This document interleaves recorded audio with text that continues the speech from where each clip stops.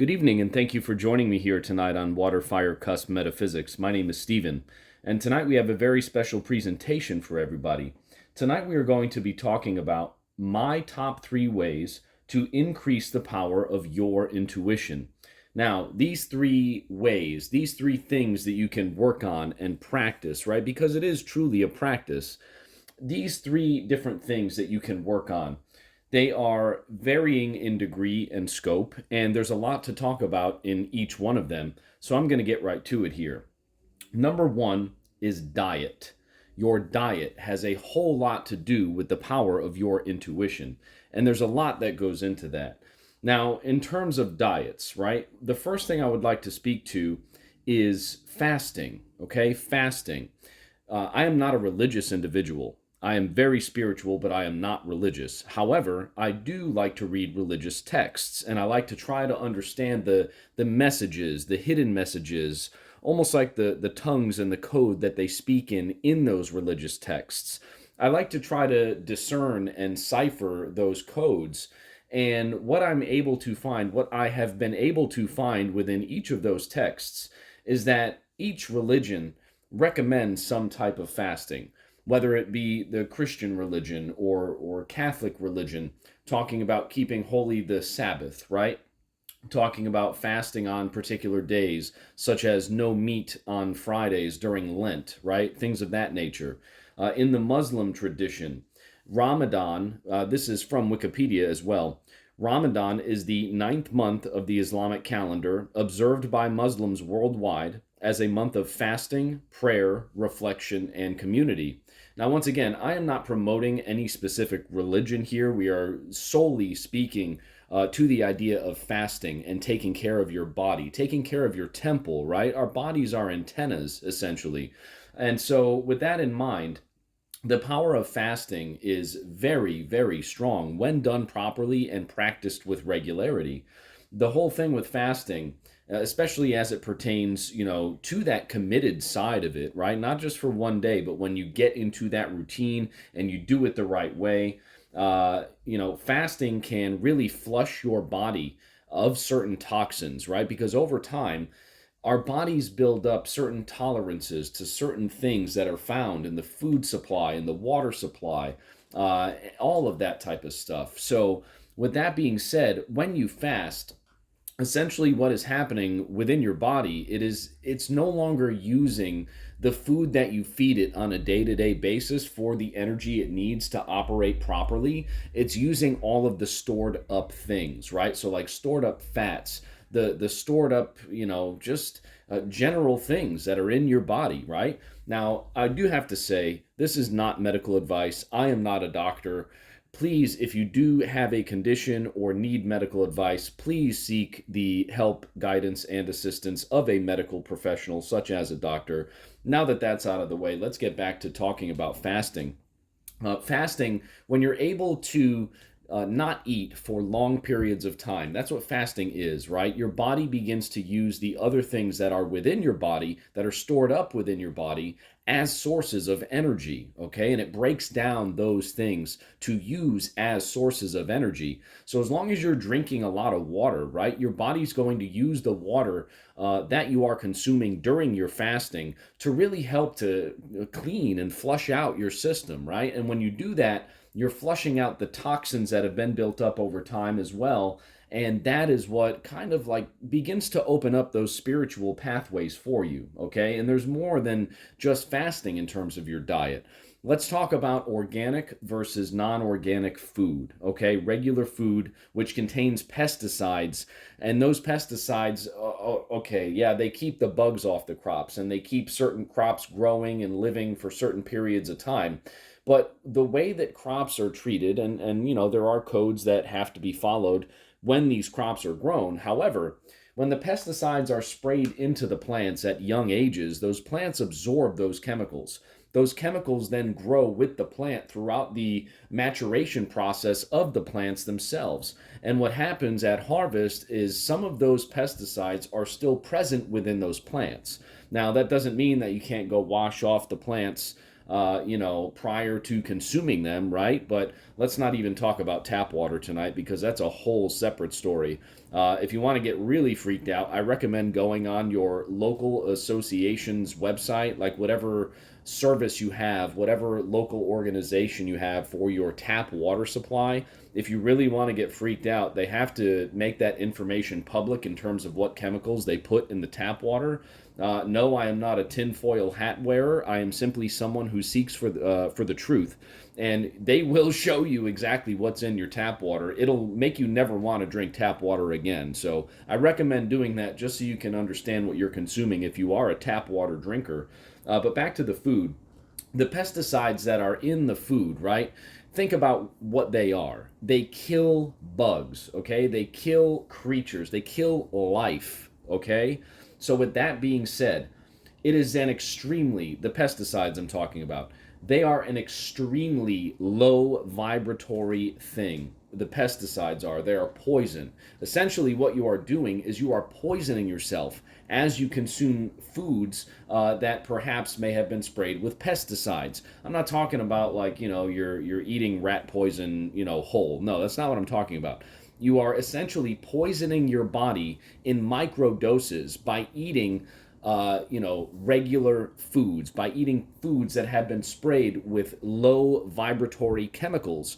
And when you consume those low vibratory chemicals on a daily basis, your vibration, your aura, your being, your temple, your antenna also becomes low vibratory, essentially separating your physical vessel from the spirit world, right? It solidifies you within this 3D world. It takes the ability for your mind, for your intuition, for your third eye. It takes the ability of those things away, further away from its true place, from their true place, which is the 5D, okay? The spirit realm and everything else, the merger of the spirit realm with this physical realm. And it really kind of just keeps you in that 3D space, which is here in this physical reality. Now, if your antenna is damaged, right? Think about a radio, right? I just said we are antennas.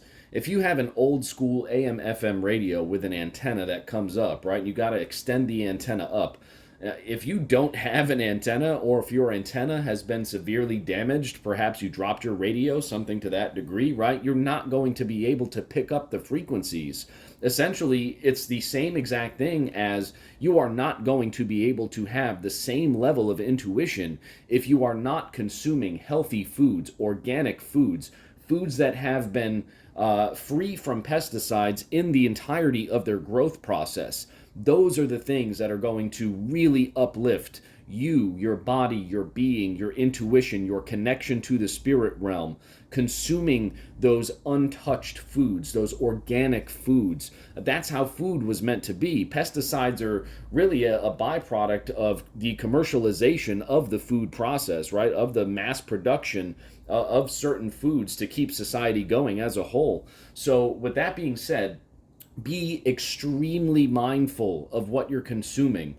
You'd actually be surprised, the necessary amounts of food that you would need to be happy and to, consume foods to operate on a day-to-day basis without feeling hungry, right? What I'm trying to say here is that you don't need 4,000 calories to feel full on some days. This country has, the United States, where I'm from, this country has a very huge problem of overeating. And the reason for that is because most of the foods here in the country severely lack nutritional value, okay? Because of all the chemicals and pesticides that these plants are grown with, right? They damage the vibratory frequency of these foods. So with that in mind, that is why people consume so much, because you're eating and you're eating and your stomach feels full, but because your body is not getting the nutrients that it needs from what you're eating, the rest of your body is saying, okay, like, yeah, my stomach is full, but man, I'm still hungry because I'm still looking for these nutrients in here and I just can't find them. And that is why it's so important to be consciously aware of what you consume in terms of food. Extremely important, right? Fruits, vegetables, sugar, processed sugar, right? Very, very low vibratory. Soda, extremely low vibratory. High fructose corn syrup, they genetically modify essentially almost the entire corn supply in this entire country. And same thing with GMOs. When you consume a genetically modified product, that is not natural, right? Think about the definition of GMO, genetically modified organism. They are literally modifying the genetics of the foods that we consume. That is a low vibratory thing. We are not talking about true nature here. We are not talking about a connection to plants. We are talking about man made interference to your antenna's ability to connect to nature when they genetically modify food for us. Now, you see all those non GMO stickers on the food that you find in the grocery store, and that's great. But what they don't really tell you is the corn, again, the corn supply, extremely modified, extremely experimented with, extremely tampered with. And if you look at almost anything in the middle aisles of a grocery store, one of the main ingredients in so many different products is fructose or high fructose corn syrup or corn syrup, okay? Anything to do with corn syrup, high fructose corn syrup, you're getting the remnants of that low vibratory genetically modified product of the GMO corn within that food. So again, even if it's just in small little doses, right? Think about how it builds up over time. Sure, I only had this one little GMO thing this day, but I've had that same little GMO thing now for 3, 4, 5, 8, 10, maybe years now, right? Think about the long-term effects that those low vibratory foods and things that you consume, think about the effects that they can have on your body long term, right? So again, be consciously aware of the foods you consume. Foods that also cause inflammation, right? Such as wheat. Wheat is an ingredient that is in all kinds of food, right? All kinds of food. Wheat durum, just wheat in general, in tons of different cereals. You can do your own research on wheat. Wheat causes inflammation within the body. Again, I am not a medical professional. I'll do this disclaimer again. I am not a medical professional. I am not a doctor. This is not medical advice of any kind. This is not a nutritional program that I'm giving you here. I am not a nutritionist. If you want a nutritional program, go to a registered nutritionist. If you want or need medical attention, go to a doctor. That is what you need to do. This is not medical advice here. This is not nutritional advice. I am simply exposing things for you to be able to think about as you reassess where you're at in terms of trying to increase your intuitive power, okay? So think about those things, right? Because inflammation, that is the cause of a lot of disruption within the body to one degree or another. So again, diet plays such a huge part, huge part in being able to tune in to your higher self, to your guides, to your spirit team, to source energy, to divine energy. When we consume low vibratory things, those low vibratory things lower our vibration, further disconnecting us from the 5D and 7D spiritual realms, okay? They keep us here in the 3D, including our mind, including our mind's eye, including our connection to those different realms, right? So take care of your body, drink the water that you need, eat quality foods, quality non-GMO organic foods. That is what is going to increase your vibration and thus then increasing your connectivity to those higher levels, those higher vibratory levels of existence, those spiritual realms. That's how you will get there through step one, which is improving your diet. Now, step two. Step two is exercise and meditation, okay? Now, step two. Step two is exercise and meditation. There's a couple of different ways to exercise, okay? You can physically exercise. You can go to the gym. You can run. You can get a personal trainer at the gym. You can work out with a buddy who knows exactly what they're doing. I was a personal trainer for 6 years.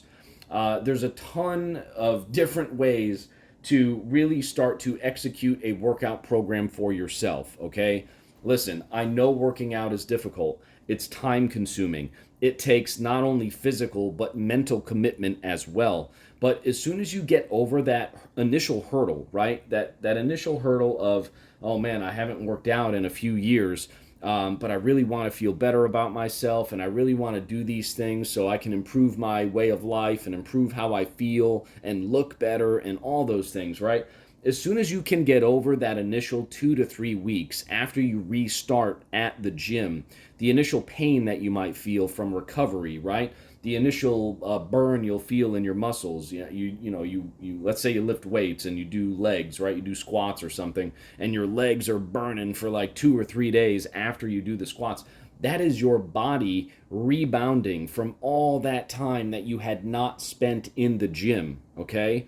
That's what your body is doing. Think about how long it took you to get to where you are physically if you are out of shape, right? It's going to take that much time, if not more, to be able to get back into shape physically if going back to the gym is what you're doing. And again, physical exercise, right? That helps your body to operate normally, right? It helps your body to flush out toxins. It is truly like a way to heal and transform your body in positive ways, right? Exercise is a great thing. Again, not a doctor, not a nutritionist, not an exercise professional. If you need that advice, seek one of those people out. Again, this is me trying to help you elevate your consciousness and elevate your understanding in terms of how to increase the power of your intuition. When you exercise and you take care of your body, you increase your energy levels, right? And when your energy levels are increased, that is how you connect to those higher vibratory realms. We just spoke about that, right? Low energy, low vibrational realms. High energy, high vibrational realms. The spiritual realms, the realms of white light, the realms of your spirit team and ancestors and guardians and everyone who looks out for you, messages from source. That's where all those things exist, okay? In those higher vibratory realms. If you're not exercising and you're eating like crap, those are things that are going to keep you in lower vibratory realms. Again, thus blocking your ability, blocking that pathway, that doorway, that channel from the lower vibratory realm that you're existing in if you're doing those things to the higher vibratory realm, which again, you can access by eating well, by exercising, by taking care of your temple, by taking care of your body. That is what will help you to get to that point of being able to, with practice, increase the power of your intuition. Let's talk about the other form of exercise, which is meditation. Now we're talking about mental exercise. We're talking about intuitive exercise. Again, exercise the mind. Meditation can be defined as the ability to be and remain present. Now, that can mean a lot of different things to a lot of different people. In terms of the top 5 things for meditating, okay? And this is from a website called mindful.org. I'm going to give credit where credit's due, but I thoroughly subscribe to their 5 steps here on how to meditate properly. Number 1, set aside some time, okay? You need to have some time. Yes, we're all busy. I get it. You know, I work multiple jobs. I have this YouTube channel. I go to the gym every day. Tons of different stuff is going on in my life on a day-to-day basis. But I take the time to spend some time with myself and my own thoughts on a day-to-day basis, on a daily basis, right? This way I can fully understand consciously what's coming into my mind, what's going out, potentially where it could be coming from. Was that me? Was that a thought that perhaps a passing spirit in a different dimension had kind of dropped down on me when it went by, right? I know who I am as a person. I know the thoughts that I produce as an individual, as a spiritual being.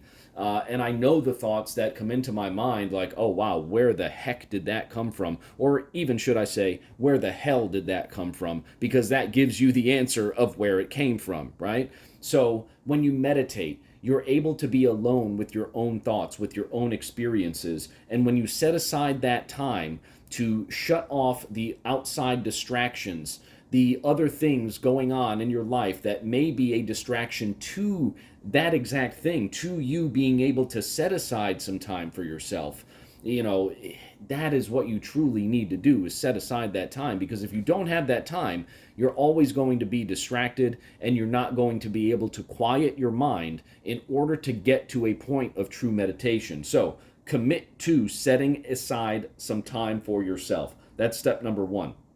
Step number two, observe the present moment as it is. Observe the present moment as it is. What that means is this: sit down once you've set aside some time for yourself and just let your mind work. And I don't mean work in the sense of solving problems. I mean just let it be. Let it be what it is. Let things come in and go out, and whatever comes to you, smile about it or let it go, or smile and then let it go. But either way, again, just let things come to you. Be present, right? You're going to find a lot of different stuff comes to you. Some positive, some negative, some kind of in the gray area, right? But that's okay. That's exactly what meditation is. It's the ability to discern and understand where certain thoughts come from, the origination of where certain thoughts may come from. And that will take time, right? That will come with more experience in meditation, and that's okay. So, number one, set aside some time. Number two, observe the present moment as it is. Be still, right? Be still. Allow your mind to receive whatever is coming to it, and then just let it go as it comes by you. Be present in the moment. Number three, let your judgments roll by. So those thoughts that come by where you say to yourself, where the hell did that thing come from, right? Just let that go. Let it go. Understand what it is. Understand perhaps where it came from. Don't think twice about it. Don't dwell on it, really, is the true message of number three here. Don't dwell on it, right? Okay, wow, that was crazy. And then get back to focusing in on being present in the moment. Get back to focusing in on just stillness of the mind, okay? Work on that stillness of the mind, right? Do not judge yourself. Do not be difficult on yourself. Do not, when you do say, where the hell did that come from? Do not begin to be consciously aware of your mind's ability to stop any further thoughts like that from coming in, or to stop your mind from dwelling on perhaps the origination of where that negative thought came from, or again, really turning the wheel of your mind is what I just got, spinning the wheels within your mind, like, oh wow, that was really bad, like what else can I, and then you start to see how it could possibly get out of control. So again, number three, let your judgments of your thoughts just roll by. Very, very important there, number three. Number four, return to observing the present moment as it is. So once you experience that, where, your mind is operating from a place of stillness, okay? Once you experience that step, take some time to do it too. That's why number one is so important. Give yourself at least 5 to 10 minutes, at least. I know, where the heck am I going to find that? You'd be surprised. You can find 5 to 10 minutes in your day. There's no doubt that you can. So take that 5 to 10 minutes at least. And when you do that, when you practice that stillness of the mind, releasing all judgment that you have attached to any thought that may enter into your mind during this time of meditation, then you come back to the present moment as it is, okay? Once you come back, be aware. Think about the experiences that you had mentally as you were practicing that stillness of your mind, okay? Shut your mind off, right? Just be present in the moment. Let things flow. Do not judge yourself. Do not get caught spinning your wheels in certain thoughts that come by for you, both positive and negative, right? Just be still. If you hear a bird outside, in your mind say, oh, that bird sounds beautiful, and then let it go, right? Be present in the moment. Come back, and when you come back, think about those experiences. Think about the emotions that you felt when you heard those minor distractions. Think about the thoughts that came into your head when you had those minor distractions in thought form while you were meditating. Just think about them. Think about those experiences. Think about how you were able to kind of pass those judgments by, okay? Think about how when you did pass those judgments by, think about how it made you feel. Think about how it affected you. Were you able to continue to shut your mind off and be present in stillness mentally within your mind as you truly did release judgment from whatever thought came into you? Ask yourself all of those questions when you come back into the present moment. That is how you will truly be able to assess the effectiveness of your meditative process. Very important. Number 5, be kind to your wandering mind. Again, that kind of harnesses on everything that we've just touched on here. Don't beat yourself up over whatever comes into your mind, especially when you are first beginning your meditative journey. You know, if bad things come into your mind, just like we highlighted here in the process, let them go. Don't judge yourself. Try to release them as soon as you can, and then come back to focusing in on the stillness of your mind, the practice of keeping your mind still in the present moment, okay? But when you get back to the present moment and you kind of get out of that meditative state, consciously back, I should say, within that present moment, right? And you get out of that meditative state, don't be difficult on yourself. Don't be tough on yourself. Be kind to your wandering mind, right? Assess how you worked through those things that happened for you, to you mentally while meditating. And don't beat yourself up over it if you weren't necessarily able to clear those negative thoughts, clear those negative judgments from your mind immediately, right? Because again, this is a practice. And if you're just starting this meditative practice, it is going to take you some time to perfect. But you will notice that with practice, with committed practice, 5 to 10 minutes a day, every single day, and really if you truly do commit to it, it won't take as long as you think. Over a period of time, you will be able to notice a steady improvement in your mind's ability to dismiss the negative thoughts and the negative judgments that come into your mind as you're meditating. You'll be able to notice an improvement in how you dismiss them, how you pass those judgments, meaning, and not by pass judgment, I don't mean like give a judgment. I mean, don't judge yourself, right? Like pass the ability to judge yourself away, right? Don't judge those thoughts, right? Let those judgments just roll off of you, right? Oh man, where did the hell that come from? Whoop, it's gone. Bam, just like that, right? And you'll notice your mind's ability to do that.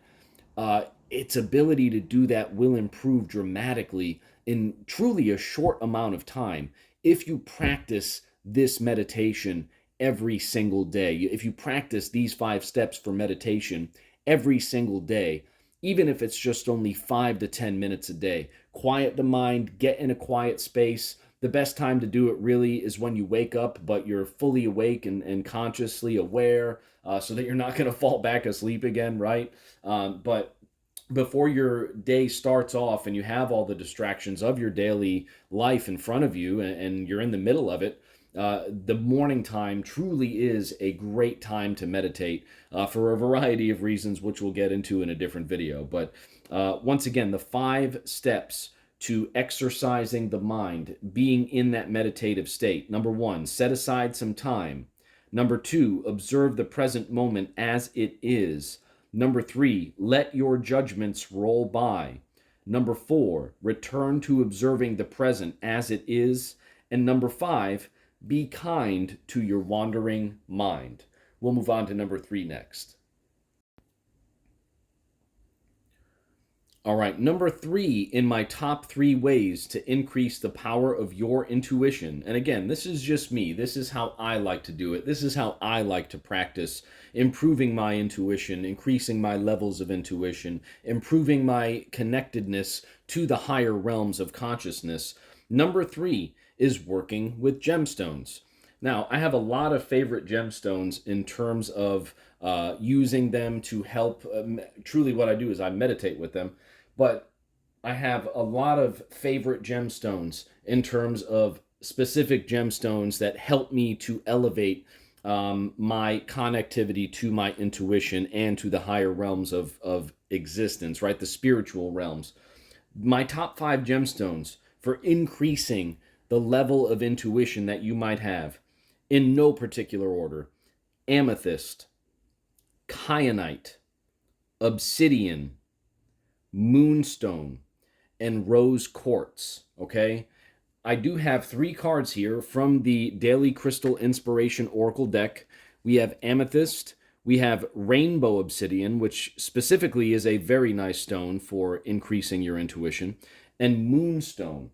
I'm going to just take a moment to read the messages from the Daily Crystal Inspirational Guidebook on these 3 stones, and we'll start with amethyst. Amethyst. Trust your intuition. Intuition can speak louder than words. Ultimately, the answers lie within you, and that is why the meditation is so important, right? Think about the body as a vessel, and your true self is your spirit, right?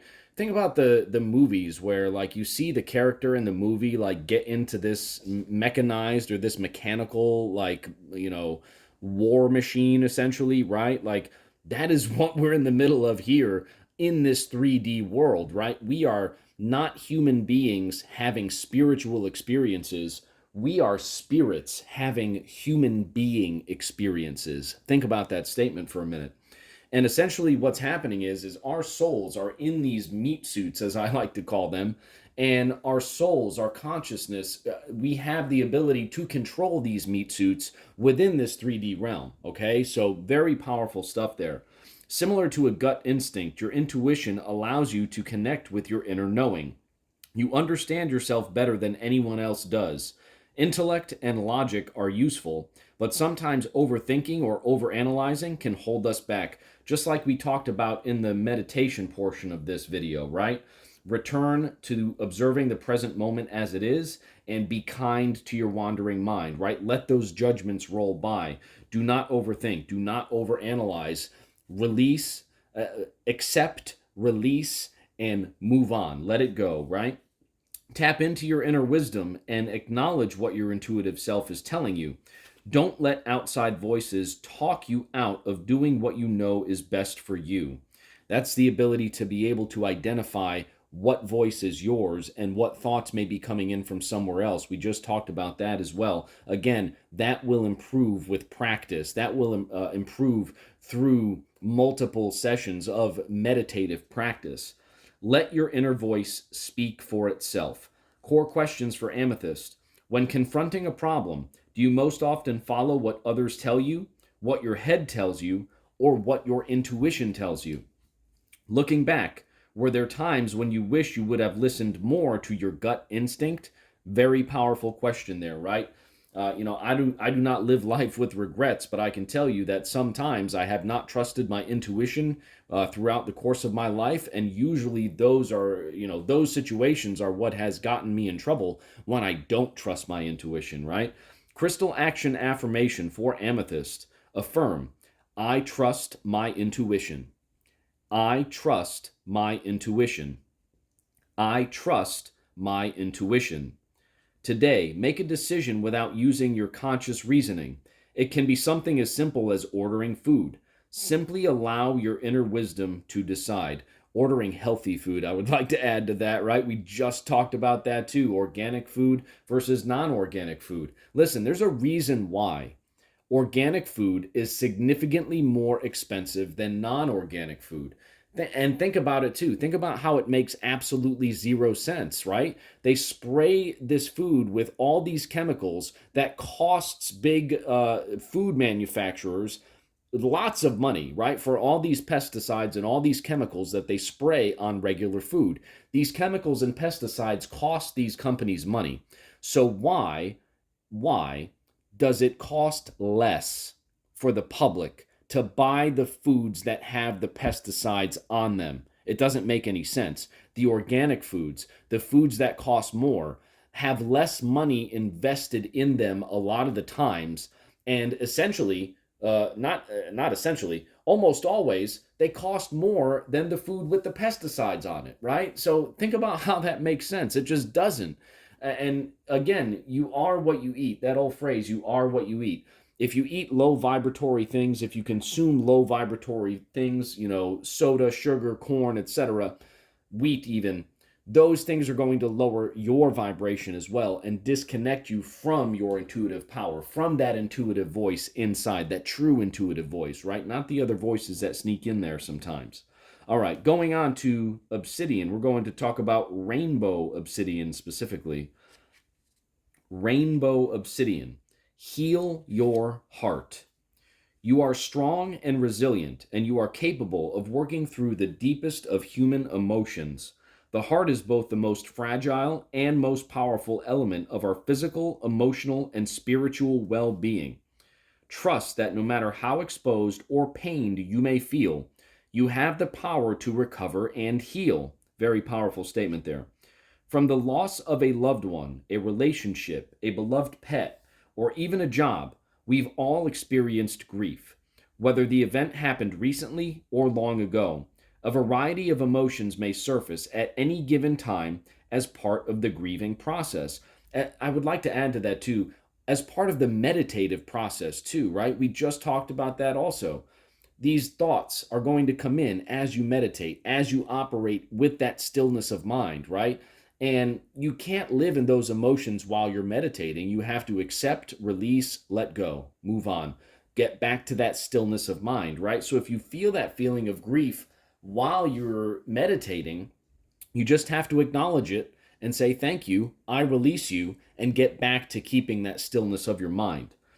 Whether the event happened recently or long ago, a variety of emotions may surface at any given time as part of the grieving process. Allow your emotions to come up so you can acknowledge and then release. Release them in order to fill that space with new love, light, and hope. Core questions for Rainbow Obsidian. When have you experienced a loss of any kind? Did you allow yourself the time and space to grieve? What would aid your grieving process? Crystal action affirmation for Rainbow Obsidian. Affirm. To feel is to heal. Very powerful. To feel is to heal. To feel is to heal. Today, give yourself permission to feel whatever emotions come up.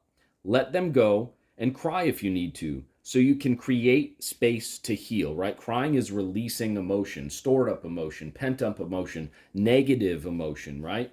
Not a bad thing. Moving on to Moonstone here, the other stone here on the card from the Crystal Affirmation Inspiration Oracle deck. Let's see. Moonstone.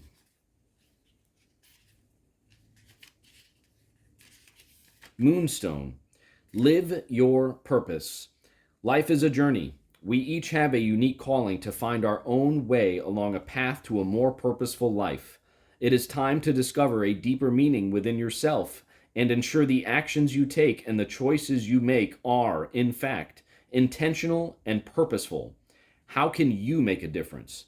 What can you contribute? What is your legacy? Follow your heart as well as your conscience. Just like the moon waxes and wanes, you may feel at times as though you are getting closer to, and then further from, your true purpose. When you know you walk on the path toward your highest purpose, you feel fulfilled each and every single day. Very similar concept there to acknowledging when the negative things come in and releasing them, and acknowledging when even certain positive things come in and then releasing them while meditating, right? It's about riding the wave, but maintaining a sense of balance as you ride that wave, right? We talk about balance all the time in tarot reads because balance is representative everywhere within the tarot. So again, the more you're able to maintain that sense of balance and not get too high with the highs and not get too low with the lows, that will allow you a sense of balance that will enable your intuition to receive like upgrades, essentially, right? Continuing with Moonstone, core questions. Why am I here? What is my purpose on this planet? What would it feel like if I were living in my highest purpose? Very powerful question there. Crystal action affirmation. Affirm. I walk my path with purpose. I walk my path with purpose. I walk my path with purpose. Today, write down 3 things your life would look like if you were living your purpose. Then take action toward one or more of these values. Very powerful there, right? When we write down our intentions, when we write down our plans, that is how we put words into motion, into action. That is how we manifest things. When you do that, you will see the transformative power of writing your intentions down and setting those intentions, those true intentions for yourself. We're going to go quickly into David Rankine's book, Crystals, Healing, and Folklore, to talk a little bit about kyanite and rose quartz before we wrap this video up here. Going right into the kyanite section. Let's see here.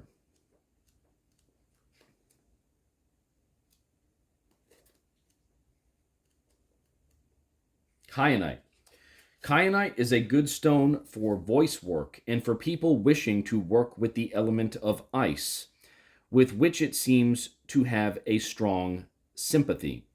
Colors: blue, green to gray-green, brown, white, black, and colorless.